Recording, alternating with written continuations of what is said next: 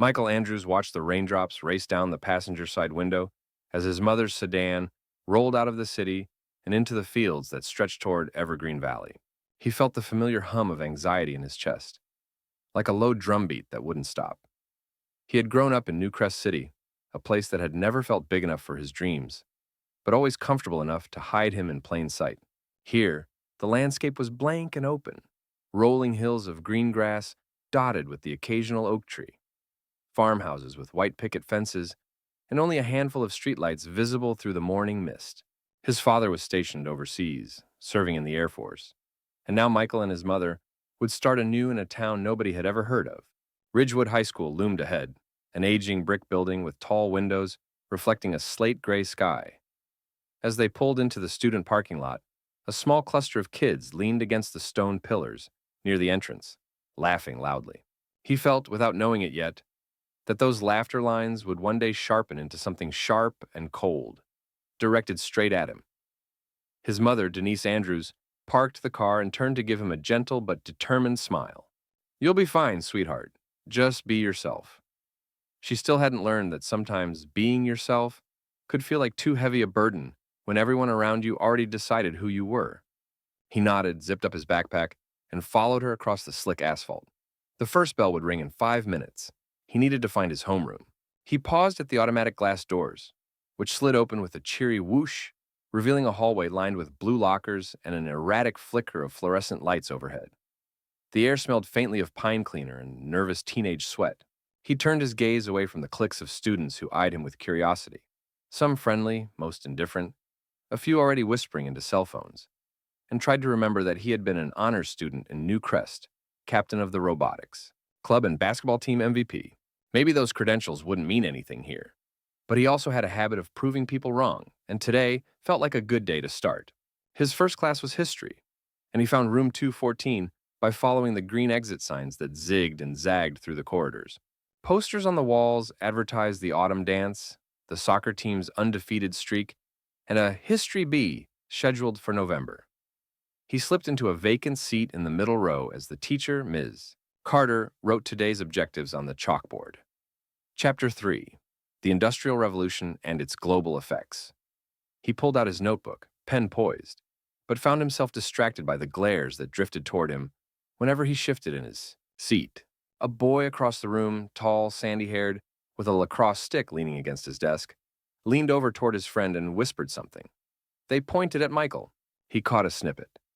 "City kid." He thought he heard the word "no good" muffle into laughter. After a minute, Miss Carter's voice cut through his thoughts. "Welcome, Michael. We're glad to have you join us."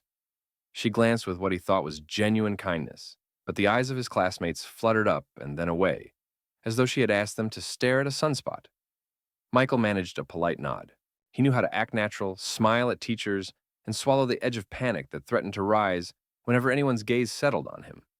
He spoke up when the teacher asked if anyone could explain how the steam engine changed the textile industry. He spoke clearly, confidently, drawing on hours of reading and debate. She nodded with approval. A couple of students mumbled under their breath, "Typical." But no one came to challenge him. When the bell rang, he exhaled quietly, feeling the tiniest flicker of relief. Maybe it wouldn't be so bad. By lunchtime, however, any fragile sense of belonging evaporated. The cafeteria felt cavernous. 4 long rows of tables, a bright linoleum floor, and walls painted a murky yellow. He scanned the room for a neutral spot to sit. Not too close to anyone. Not an obvious outsider table either. He spotted an empty seat at a lunch table, sandwiched between 2 seniors who were engrossed in their phones. He slid into the bench, hoping to appear inconspicuous. They exchanged a glance, brown eyes sizing him up, pale blue ones flicking with amusement. A girl to his right raised an eyebrow but said nothing. He set out his lunch, half a peanut butter and jelly sandwich, a bag of chips, an apple, and began to eat slowly. A moment later, a tall senior with a baseball cap turned backward, plopped down directly across from him and said in a mocking tone, "Hey, new kid, you from the big city or something? Bet you're used to all-night pizza runs and taxis, huh?" Michael swallowed a hesitant bite before answering, "Yeah, I'm from New Crest, but I've lived in cities my whole life." The boy snorted. "City kid thinks he's better than us. Newsflash, buddy. You don't belong here." He grinned at his friends and they tittered. Michael felt each word like a slap. He clenched his jaw. He'd faced bullies before, but something about the cold certainty in their voices made him freeze. He forced himself to keep chewing slowly, keeping his face impassive. The boy stood up and walked away, spraying fake laughter behind him like confetti. Michael waited until the laughter died away before tucking his lunch tray under the table and exiting the cafeteria silently, head down.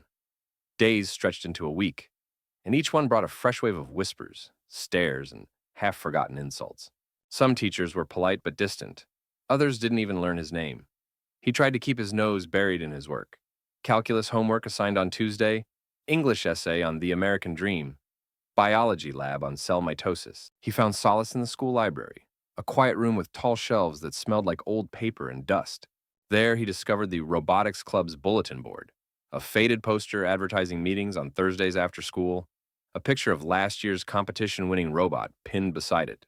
For the first time that week, Michael felt a flicker of excitement. He folded the poster into his pocket. Maybe, he thought, here was a place where people judged him by what he could build, instead of the color of his skin. He walked into the robotics lab that Thursday afternoon, an annex to the old chemistry wing, with benches cluttered with wires, microchips, and half-assembled frames. A sign on the door read, "Ridgewood Metal Maniacs." He pushed it open, and 3 other students looked up from their work. A boy with wire-rimmed glasses soldering a circuit board, a girl tinkering with a broken gear assembly, and a stocky junior who was typing code into a laptop. The 3 paused, silent, as if they weren't sure whether to greet him or challenge him. Michael swallowed, set his backpack down, and said, "Hi, I'm Michael. I saw your meeting notice. I'd like to help." The glasses boy adjusted his glasses and said, "You the new kid? We don't usually need extra help, but I guess you can watch for now." His tone was neutral. No outright hostility, but no warmth either. The girl returned to her gear. The coding junior just nodded. Michael crouched beside them, watching the wires and circuits. They handed him a soldering iron and a spool of solder, and for the first time that day, he felt a pulse of hope. Here was a project that needed his steady hands and math brain.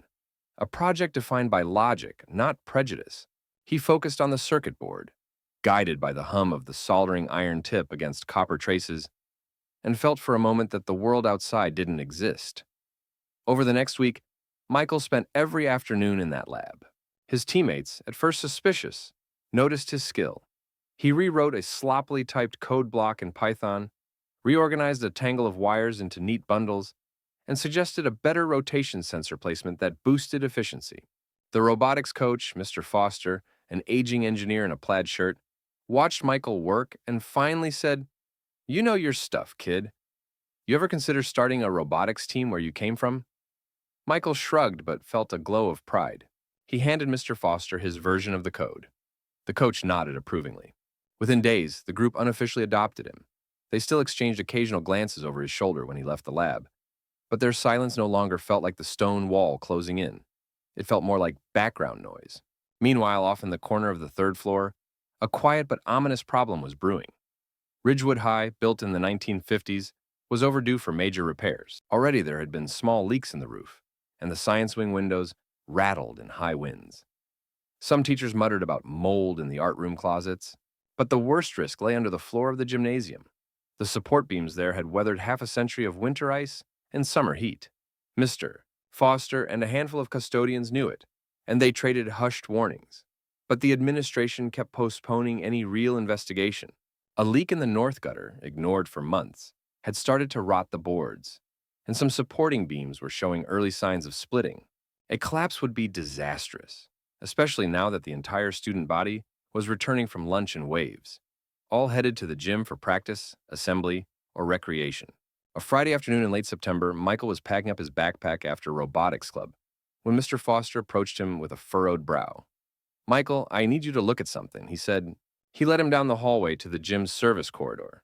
The door opened to reveal a steep metal ladder descending to a dimly lit crawl space beneath the bleachers.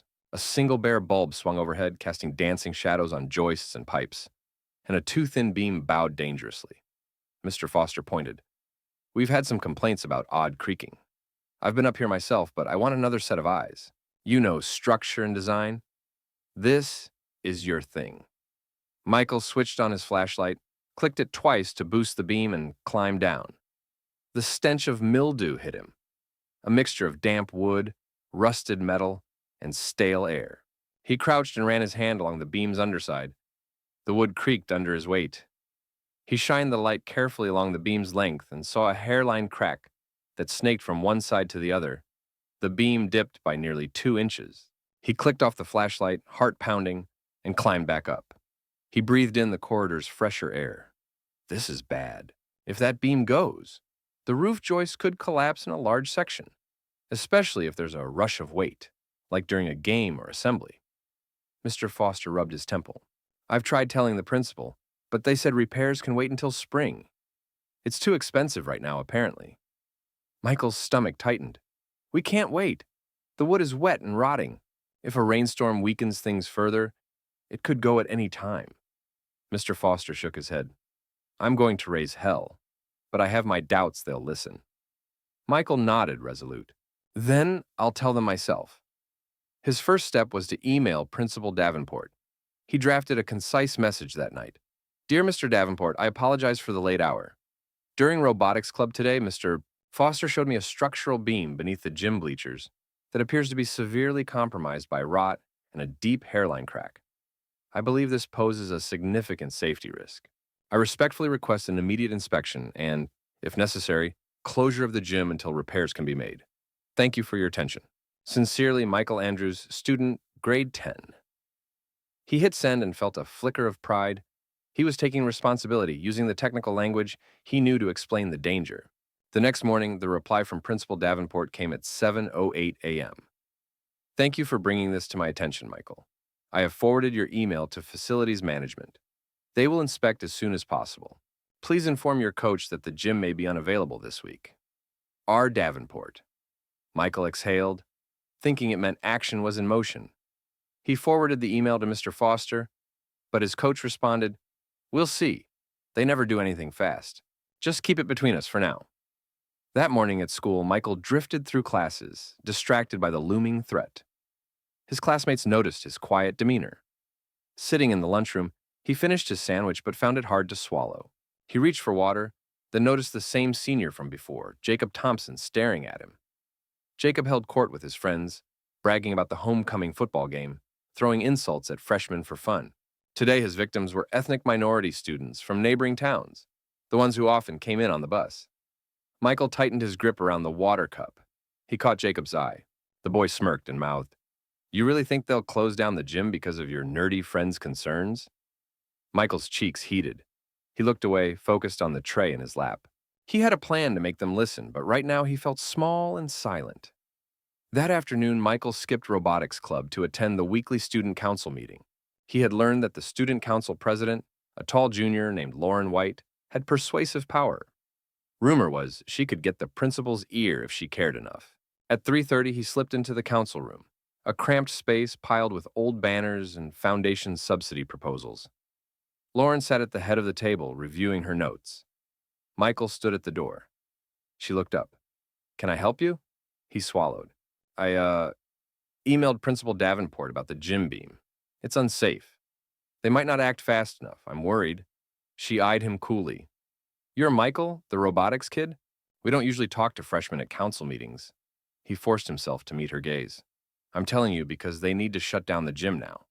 If they don't, someone could get hurt. There was a moment of silence. Behind Lauren, the student council members exchanged glances. Finally, Lauren sighed and tapped her pen. We'll talk to the principal at tomorrow's assembly. No promises, though. Michael nodded, feeling both relieved and uneasy. At least he had a chance. Night fell, and Michael lay in bed staring at the ceiling. His mind replayed the day's events, the beam's deep crack, the principal's vague promise, Jacob's mocking words. A wave of doubts washed over him. What if they didn't listen? What if the beam gave way tomorrow morning? He woke at 3 a.m., heart pounding, and grabbed his laptop. He started researching structural failures, downloading photos of collapsed beams, reading news stories of gym accidents in other states. He scribbled notes, drawing diagrams that showed how a single compromised support could trigger a domino effect. One beam buckles, the floor sags, the weight shifts to adjacent beams, and suddenly the entire roof section falls. He knew every math and physics principle in the world. But this was different. It felt personal. He fell asleep just before sunrise. The next morning, he arrived early. Warm sunlight slanted through the gym windows, illuminating dust motes that danced in the air. Principal Davenport stood on the stage, addressing students about the new computer lab and the upcoming fundraising bake sale. Lauren White stood by his side, clipboard in hand. Michael sank into a bleacher seat near the back. He scanned the rafters, imagining the hidden threat. Every creak of the building made his pulse spike. Finally, Lauren spoke up. Before we continue, I want to address a safety concern raised by Michael Andrews. He informed us yesterday that some structural damage may exist in the gym's support beams. I have spoken to Mr. Davenport, and we have asked facilities to conduct an inspection later today. Until they give us the all clear, the gym will be closed. Relief and applause rippled through the crowd, but Michael's relief was tempered by unease. Inspection later today did not feel like immediate closure. He remained on edge for the rest of homeroom. Classes dragged on. In chemistry, as the teacher explained the reaction between sodium and water, he stared at the clock, willing each minute to pass faster. At 2:45, he excused himself from English class and slipped down the corridor to find Mr. Foster. The coach stood outside the gym's side door, arms crossed. They're sending an inspector at 6 p.m., and probably starting repairs next week, he said quietly. Michael bit the inside of his cheek. That's too late. The beam could fail at any minute. Mr. Foster exhaled heavily. I've said everything I can. If you keep pushing, they'll think you're causing panic. You've done your part. Now we wait. Michael nodded stiffly. Okay. But inside, he vowed he would not wait. That evening, Michael sneaked back into the school.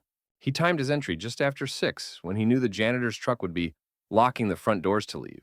He scaled a side window with a small ledge, something he'd noticed on his way to class, and climbed into the gym where the fluorescent lights were flickering off one by one as the janitor left. The gym was empty, eerily silent except for the hum of the old ventilation system. The bleachers stood retracted and the crisp smell of polished wood lingered. He located the service door under the bleachers and ducked inside, navigating the narrow crawl space by flashlight. The beam was worse than he remembered. The crack extended halfway across its width, and the wood had darkened to a dull gray in places, eaten by mold. He pressed his hand to the beam and felt a faint give under his palm. With a sudden lurch of panic, he scrambled back, careful not to touch anything else, and ran out into the gym. He knew that if he touched another structure, the beam might collapse beneath him. He climbed into the bleachers, sweat sliding down his back. He checked his phone, 6:15 p.m., and stuffed it into his jeans. He needed proof, pictures, measurements, something he could show higher authorities.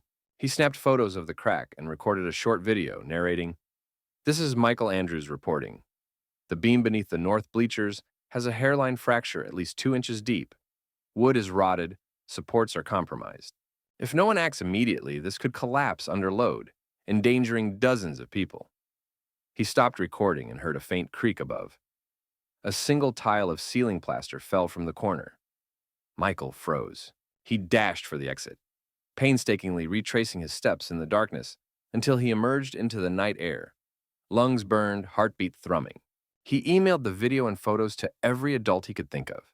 Principal Davenport's personal email, the school board, the local newspaper, even his father, who replied instantly with a worried emoji, "Keep safe. If anything happens, call 911 first." He felt a moment of panic. What if they ignoring it now finally triggered something? What if the board meeting scheduled next week would be too late? He went to bed at midnight with adrenaline still coursing through his veins. Early Saturday morning, the local paper, Evergreen Chronicle, ran a small article under the headline, "Student Raises Concern Over Gym Safety." Inside, there was a grainy photo of Michael's video stills and a quote from the school board spokesperson. "We are investigating the matter and will make any repairs necessary before school reopens." Michael read the article in disbelief. Before school reopens meant at least 3 days away. He slammed the paper down. Saturday. Tomorrow there would be basketball tryouts, band practice, the cheerleading squad's rehearsal, and a youth league tournament. Hundreds would flood the gym. He stared at his reflection in the window pane and felt a surge of desperation. Enough waiting. He had to force their hand. He drove to the school that morning, parking discreetly on the far side of a field. He slipped under a chain-link fence and ran to the nearest side entrance, which he had noticed unlocked on weekdays. He burst into the main corridor and sprinted toward the gym. In the service corridor, he dropped to one knee, tested the beam once more, and felt the soft wood fracture under light pressure. He pulled a large crowbar from his backpack, a tool he had borrowed from his neighbor's garage, and wedged it beneath the beam's edge, prying it slightly to prove how unstable it was. A loud crack echoed down the corridor, and immediately the gym lights flickered on above him. He froze. A custodial worker rounded the corner, pushing a mop bucket. The worker froze too, staring down at Michael with the crowbar in his hand. "What in God's name are you doing?" he whispered harshly. Michael swallowed. I need you to come see this. It's going to collapse." The custodian hesitated for a moment before nodding. Together, they climbed to the hatch under the bleachers and dropped down. The beam sprang free, a half-inch, jagged and ominous. The custodian's face paled. He shouted up, "All right, everybody out!" His voice reverberated through the gym. Michael helped him climb out, and together they ran to the main entrance to block the door. From inside, confused basketball players and parents poured out, drawn by the sudden alarm. The custodian pointed at the beam. "See that? That thing's about to give." A crowd of coaches, parents, and students gathered outside the service corridor. Someone ran to call Principal Davenport. Within minutes, the gym emptied. Banners and trophies that lined the walls swayed like ghosts in the growing wind. Michael felt damp sweat between his shoulder blades. He stepped aside, watching as a structural engineer from the district office climbed down with a clipboard and flashlight. He had called him personally the moment the custodian confirmed the gravity of the situation. The engineer scribbled notes, flashed her light along the beam, then turned to Mr. Foster, who had arrived panting. "We'll need emergency repairs. We have to close the gym indefinitely." Michael exhaled, relief flooding him. The weight of the world seemed to lift from his shoulders. By Monday morning, Ridgewood High's main headline read, "Students' Quick Action Averts Gym Collapse." The story ran across the front page of the Evergreen Chronicle and appeared on the local TV station's evening news. Michael entered the school to find Principal Davenport waiting in the front office with a handful of reporters. The principal offered a stiff but sincere handshake. "Michael, words cannot express how grateful we are. You saved lives." Michael nodded, relief and humility warring in his chest. He stepped aside as reporters asked questions. "Did you ever think of quitting? What gave you the courage to go alone?" He answered each calmly, mentioning his concern for safety, his belief that ignoring a problem was worse than confronting it, and how Mr. Foster had shown him the beam that afternoon. Cameras flashed, classmates stared, some with admiration, others with a grudging new respect. A few still with baffled expressions, as though they had never considered that a city kid might care about a small-town gym's infrastructure. Hallways buzzed with talk. Students who had once whispered insults now offered thumbs-up gestures or murmured, "Nice work." Jacob Thompson, the boy who had mocked him, held his head low in the corridor. As Michael passed by, Jacob extended his hand. "Hey man, sorry, I never thought you'd do that. Good job." Michael recognized a mixture of shame and genuine respect in Jacob's eyes, and he nodded in acceptance. Word traveled fast. Even teachers began greeting him differently. In Spanish class, Senora Ruiz smiled widely and said, "Michael, I am so proud of you." In math class, Mr. Collins requested he solve a tricky problem on the board, praising his solution in front of everyone. It felt new, almost bewildering, to be seen not as the other, but as the one who had made a difference. That spring, the construction crew arrived, and the gym underwent a full renovation. The old sap-streaked beams were stripped away, replaced by steel supports that gleamed under the lights. The new scoreboard, mounted above the center of the court, shone with LED brilliance, and the bleachers were replaced with cushioned seats.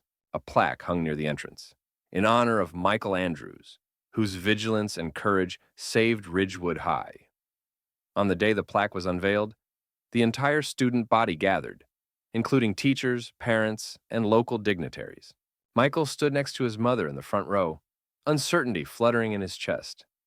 The mayor spoke about community, unity, and the power of one person to spark change. When it was over, kids crowded around Michael, patting him on the back. Mr. Foster embraced him. "Kid, I knew you had it in you." By graduation, Michael was co-president of the robotics team, leading them to regional finals. He had earned a scholarship to study civil engineering. In his speech to the senior class, he described the day he discovered the beam. "I was scared. I could have let it go, pretended it was someone else's problem. But I had to act, because when we ignore injustices, big or small, we endanger ourselves. And sometimes you discover that changing one person's mind is the first step to changing an entire community. As he spoke, he looked into the crowd. Classmates who had once called him City Kid, now giving him standing ovations. The cheers, the applause, they washed over him like a wave he never expected. He felt a fierce swell of gratitude. To his mother for pushing him here, to Mr. Foster for believing in him, to the handful of students who had given him a chance in the robotics lab. But most of all, he realized to himself for refusing to be invisible. Years later, he returned to Ridgewood High as a guest lecturer in engineering safety. The gym was filled with teenagers with curious eyes, eager to build robots, bridges, dreams. He stood before them and told his story again. No chapters, just the tale of a kid who refused to accept that he didn't belong. When he finished, a girl in the front row raised her hand. "What if nobody listens to me?" she asked. He smiled, remembering the fear that once twisted his stomach. "Then you speak louder," he said simply. Because the only thing worse than being told you don't belong is never telling anyone why you do. And as the teenagers filed out, eyes bright with possibility, Michael understood that belonging came not from fitting in, but from standing up, and that sometimes the person you have to prove wrong first is yourself.